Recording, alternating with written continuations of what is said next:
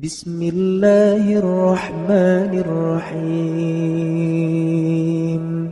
Seterusnya Ustaz, berkaitan dengan apakah zikir tarikat itu adalah sunnah Nabi SAW. Zikir tarikat, tarikat adalah sunnah.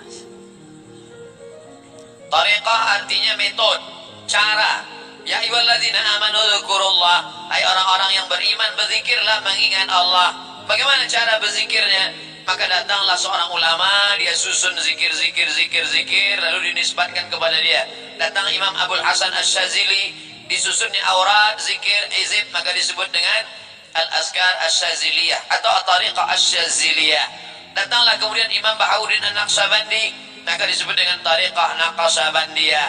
Datanglah kemudian Imam Ibrahim Ad-Dasuqi, maka disebut dengan Tariqah Dasuqiyah atau Tariqah Burhamiyah. Datanglah kemudian Imam Sidi Ahmadil Badawi, maka disebut dengan Tariqah Ahmadiyah. Datang pula namanya Syekh Ahmad Ar-Rifai, maka disebut dengan Tariqah Ar-Rifaiyah. Di Mesir ada namanya Al-Majlisul A'la Lit-Turuq As-Sufiyah, majelis tinggi tarekat-tarekat Sufiyah. Dan di Malaysia juga ada satu majelis khas untuk di Negeri Sembilan, itu saya tengok bahwa ada satu untuk mengawal tarekat yang mu'tabarah. Mesti ada syekhnya, mesti ada mursyidnya, mesti berdasarkan kepada Al-Quran dan Sunnah. Sebenarnya ini adalah metode cara berzikir, maka mestilah dilihat.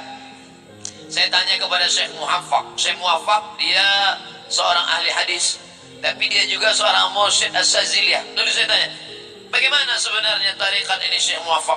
Kata Syekh Muwaffaq seorang ulama, dia susun zikir, lalu kemudian dikatakan ini adalah, andai Abdul Samad menyusun zikir, saya susun berdasarkan hadis ini, zikir ini, maka orang mengatakan zikir apa itu? Tariqat Somadiyah. Dinisbatkan kepada Tariqat Naqsabandiyah, Tariqat Sattariyah Ahmad Sattari, Tariqat Naqsabandiyah Bahauddin Naqsabandi, Tariqat Syaziliyah Abul Hasan As-Syazili. Yang semuanya itu adalah masih dia ambil dari hadis. Hanya saja ada beberapa zikir yang dia buat sendiri. Nah, apa hukum kalau zikir diambil dari hadis? Afdhalul zikri la ilaha illallah, dari hadis. Membacakan subhanallah wa bihamdihi subhanallahil azim, bagi hadis.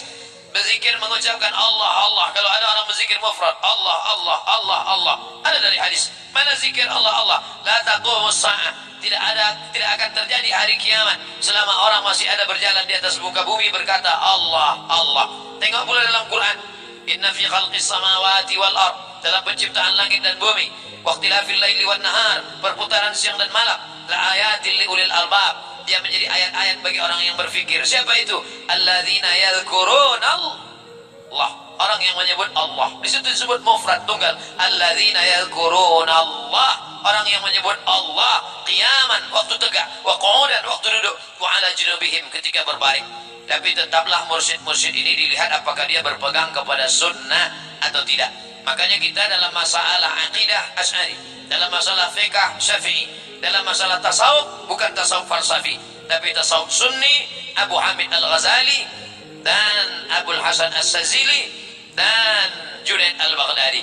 Maka lihatlah kitab Ihya Ulumuddin, dia pakai ayat Quran, dia pakai hadis Nabi. Apa kata Imam Saraj At-Tusi dalam kitab Al-Lumah? Idza ra'aitar rajul, kalau kau lihat ada orang yatiru fil hawa, terbang di atas awan, yamshi 'alal ma', berjalan di atas air, la taghtar, jangan tertipu.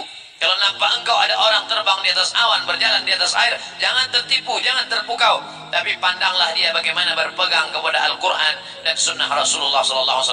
Maka dalam bidang tasawuf ini, lihatlah mursyid yang alim, yang berpegang kepada Quran dan sunnah. Kitab-kitab yang dia baca, Ar-Risalah Al-Qushairiyah, Qut Al-Qulub Abu Talib Al-Makki, Ihya Ulumuddin Abu Hamid Al-Ghazali.